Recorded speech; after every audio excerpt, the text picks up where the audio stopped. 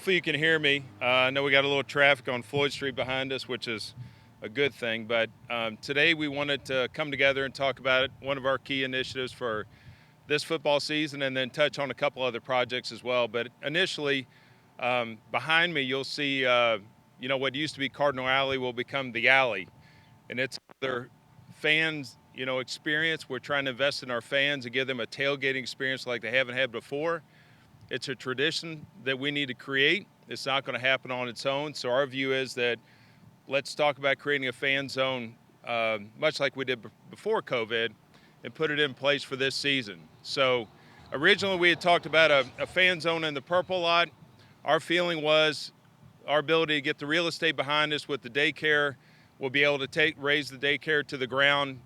There's been a lot of work going on the inside of the building, across the street, and now you'll start to see more of the changes happen on the outside of the building in the weeks to come to lead up to the opening game. So for us to be able to pull this off, we couldn't do it without the support of one of our great supporters, and they're as crazy and as creative as our marketing department, and that's Buffalo Construction.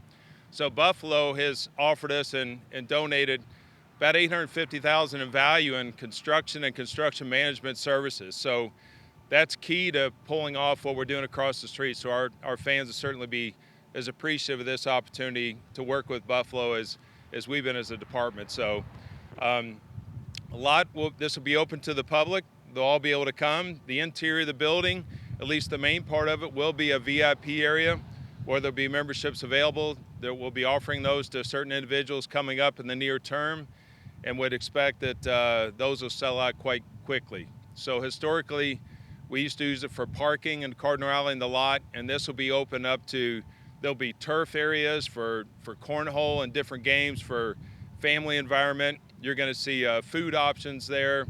There'll be a stage for live music in the future to come. Certainly going to have it'd be remiss if we didn't have a beer garden inside and kind of out. So I think as you look at the renderings that we have available, you can see the usage of the space and what our intentions are. But we're excited to get going with it, and it will be open this season. We'll have phase one knocked out this season. Difficult to get it all done. As everybody knows, with COVID, it's delayed a number of things, and I'll talk about more of that later after Brent says a few words. But with getting materials and supply chain issues and things like that, we're putting off some of this for phase two next year, but the majority of it will be done, and I think fans will be excited about what they see. As you all know, we direct a lot of the foot traffic down Boxley across the street from us. This will avail them a place to stop along the way as they head into the game. It'll be open 4 hours before the game. We'll shut it down 30 minutes before because we want to have those same fans get into the stadium for the kick of the game and support the team. And then we'll reopen after the game for an hour or so. If we win, probably longer. If not, probably a little shorter. But no, I mean, we're looking forward to it, and excited to get make the fans aware. There's been a lot of noise about it behind the scenes that I get asked about it, so we're happy to have you here today. But with that being said, I do want to have Brent come up and speak on behalf of Buffalo Construction. It's been a lot of fun to work with Lindsay and the whole team at Buffalo and come up with creative ideas to develop what we have planned for our fans. Brent?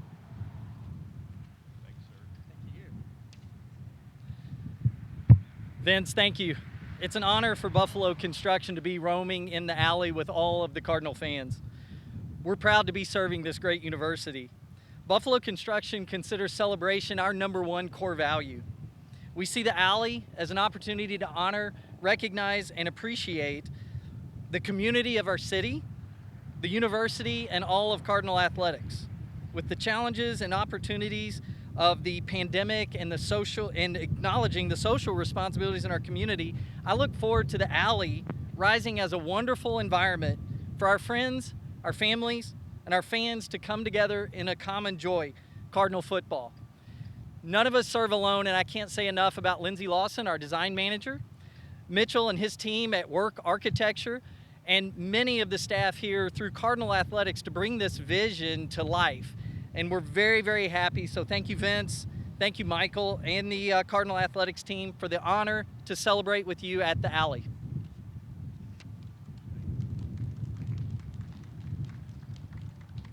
I love the way Brent shapes it up with celebrating, because that's what it'll be. Everybody's really excited by getting a tradition going. We get the opportunity to go to a lot of other stadiums, pro stadiums, college stadiums, and to be able to bring something like this to us, we're fortunate that we have the real estate right here. As most know, I've been involved with Cardinal Alley for a number of years, but it's a way for the athletic department to take it and really take it to the next level, and it's right here at the 50-yard line of the stadium. It really helps us as far as the beautification of Floyd Street. There's been a lot that's happened down Floyd Street over the years, and this is one more project. As I mentioned, the daycare building right here will be raised and be down to the ground, and when we're done with the buildings at the back on the exterior, there'll be another opportunity for us to kind of add some beautification to Floyd Street. So we've got other projects happening this season. I'd love to tell you that the Wi-Fi would be done on the whole stadium. Again, running into some supply chain issues, and obviously the cost of supplies has gone up significantly. A $4 million project turned into a $6 million project pretty quickly, but we will get one of the phases done. We're trying to figure out how far we can go with some Wi-Fi this year to have some of it in the stadium, and we'll see how much we can get done there. The Ring of Honor, I know that's been a hot topic with fans. Behind the scenes, our intention was to take down more of the pink signage now that we're done with the pink seats and put up a digital display. Working with ANC, our supplier there. Again, we're running into some supply chain issues, so it'll be happening as the season goes on. But would it be a digital display around the stadium? We'll have 450 linear feet that will replace the current Ring of Honor. Frankly, it allows us more space to honor more of our former players, which we kind of held up on until we got this done. So it's a big investment to get that put up there. We'll also talk about our bowls and things like that when we have the digital display, because it'll be U of L athletics driven digital display, but primarily focused on the Ring of Honor, and that'll happen during the season, but will get done. We love to see things get shipped overseas quicker, but we're at the mercy of logistics today on the Ring of Honor. There's other projects that we have related to concessions with our fans, naming rights of the stadium we're working on, Brown and Williamson Club overhaul. There's a variety of things that are happening that we think we're trying to do on behalf of our fans as well as the program. But today we're talking about something that's really on behalf of our fans and creating a tradition that we believe will stick for a long, long time. With that, open up to questions.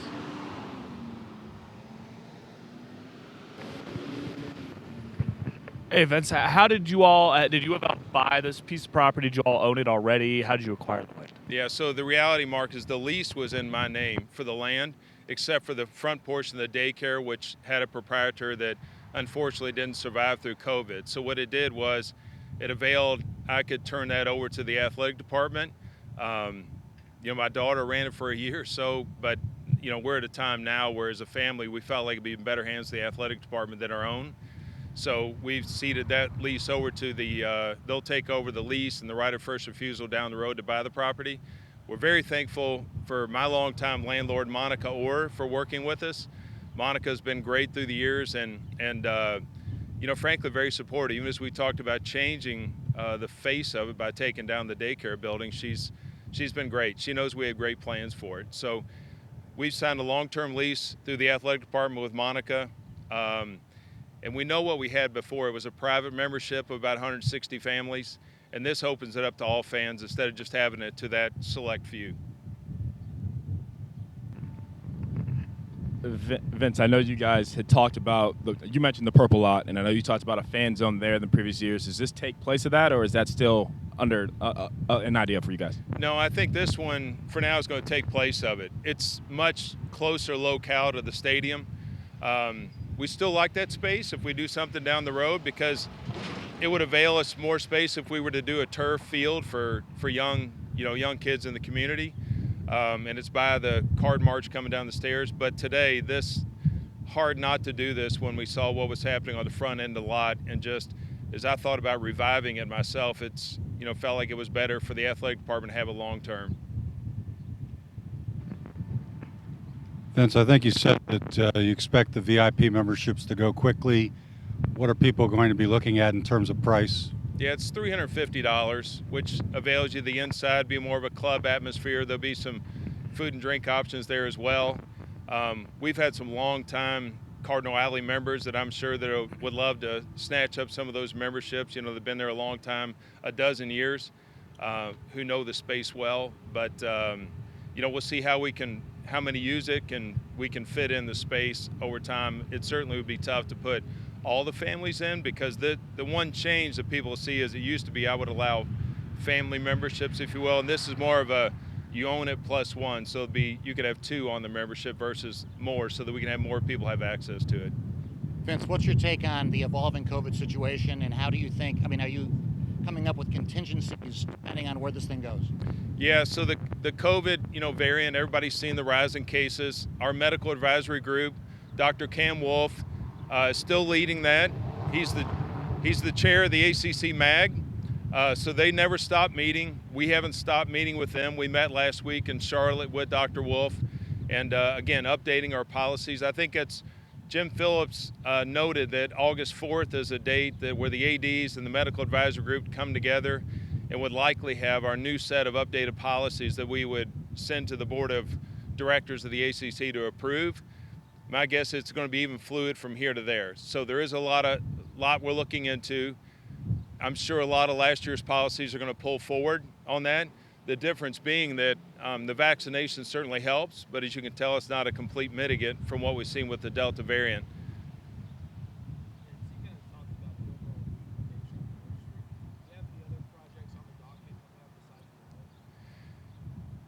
Yeah, I mean, I have a long-term view of all this, what we could do along Floyd Street. There are more things that I think we can do. Love to have more of this space through here, be working hand in hand with us, even more control. We've talked to Alro Steel, who's been a great supporter of ours, and what else we can do with them down the road. I'm hopeful that leads to something more formal, where we could do some cool stuff. But it's more about creating, again, more environment for our fans here. Things have changed.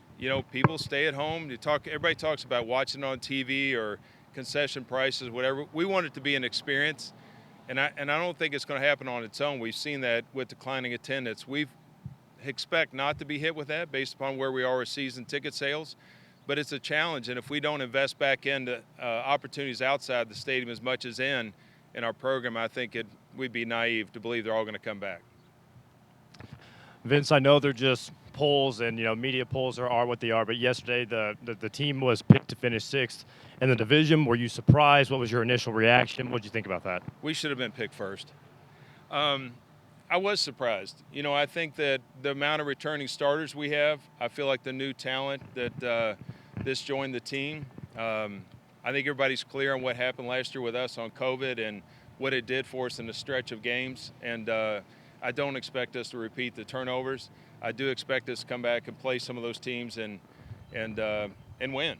And I think that's where the staff is. So, I joke that I'll save the screenshot, but I think they're underrating us in a big way. I think we've got a great opportunity to have a really competitive team, and we'll find out in those first 4 games.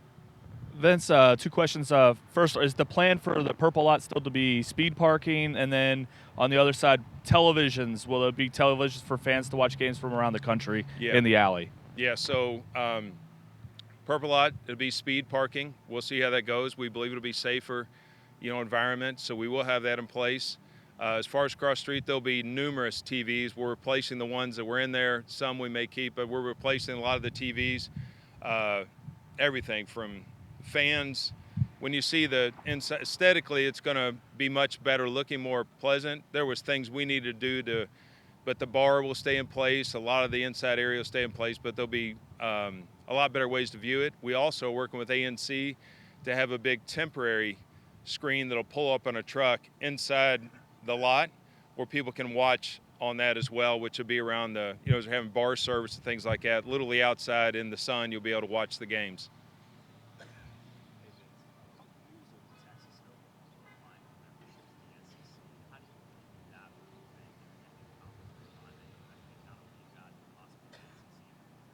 Yeah, I mean, conference realignment is not a new discussion. Certainly Texas and Oklahoma are 2 big names to stir that up. And I'd be remiss if I didn't tell you, I think every Power 5 conference has been trying to sort out where they stand. Longer term, you hear a lot about the gap, the financial gap, and the media rights value. So I think, the ACC, like every other conference, has been sorting out and diligencing who's the best fit and do you grow and how you grow. It was the big news to come out because the names are so big, and it's obvious that you would start with in my mind, you would have started with a big name to kind of get things going, but it's not clear on where it goes from here. I would say that even for Texas and Oklahoma, I think we have a good idea what their thoughts are, but it's not a done product, and I think we'll just have to watch and see how it evolves over the next number of months.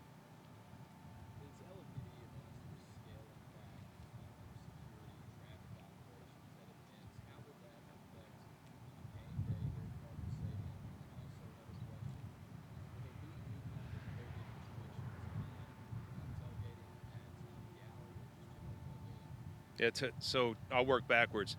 No restrictions other than what we have in place today, with the governor's edict, if you will. So no, I'd say no on that side of it, being outdoor. On the LMPD situation, I'd met with Chief Shields.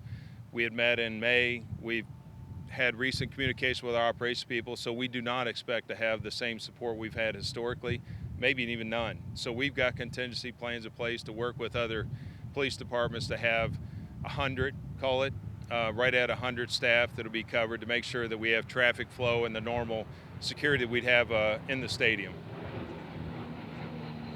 Yeah, so if you think about historically, we've worked with a number of them, whether it be J-Town or Hurstbourne or Middletown or whoever it might be, Okolona.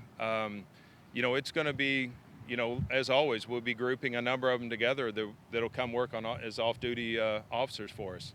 And it's worked well. The traffic is the main thing. We don't have a lot of, knock on wood, a lot of real true security issues in the stadium. We haven't had anything really happen out in the parking lots of note, and thankfully nothing on campus, but you don't want to take it for granted either. Those people have to be ready and available, but traffic is the key thing right here around the stadium because we're only exiting from one side of the stadium. We got railroad tracks on the other, so test everybody's patience, but hopefully they'll be patient.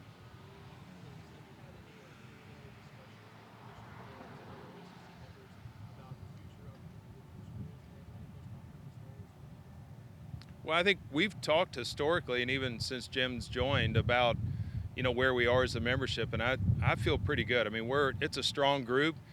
One thing I say is it's a very close-knit group. We have ADs who have come from other conferences, Power 5, who have commented that this group is really tight, and they really enjoy that. So I think with that comes a lot of trust to have those conversations. If that wasn't the case, we wouldn't chat about them probably in confidence, and certainly I can't share all those conversations, but I expect that they'll be ongoing, and it's we should be having those conversations based on what's happening with Texas and Oklahoma.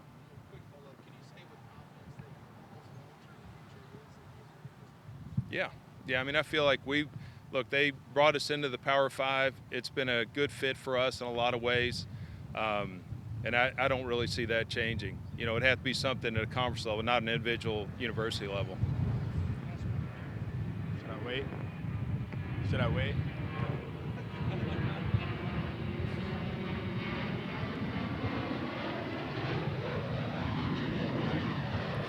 Vince, I know you guys are probably really excited for 100% capacity at the stadiums and venues again. Do you see that changing with the rapid cases of the Delta variant, or I imagine that's something you guys are keeping an eye on? Yeah, I mean, like last year, it's going to be fluid. I think the same thing. We plan for a full stadium and then back off when we need to, so it's not a good thing, but we've done it before, right? We had to do it last year. I hate to have to exercise those same practices, but if we do, we will. Again, because of the ramp up in near term, I think it's a question of, what do we think the real risk is, health risk of those that are getting it. We're going to rely on the MAG as much as in each state, the governor's direction. But, right now, we're going to plan on 100% as a go. We're hopeful we can get there. Hopefully there's nobody in harm's way if they are to contract the Delta variant. I don't want to say so far so good because everybody's at risk every time they get it. We certainly don't take it for granted. Yeah, but I mean, we didn't have, you know, if you think about our budget, we came in a little bit conservative, frankly, with the unknown of the COVID, not knowing whether the Delta variant was going to grow or not. It seems to be creeping up. I don't know if our plans will change as much as our fans' plans may change. I mean, I think that's the bigger question is, do the fans feel any different about coming to the stadium rather than the plan we have for them to be here safely? Good.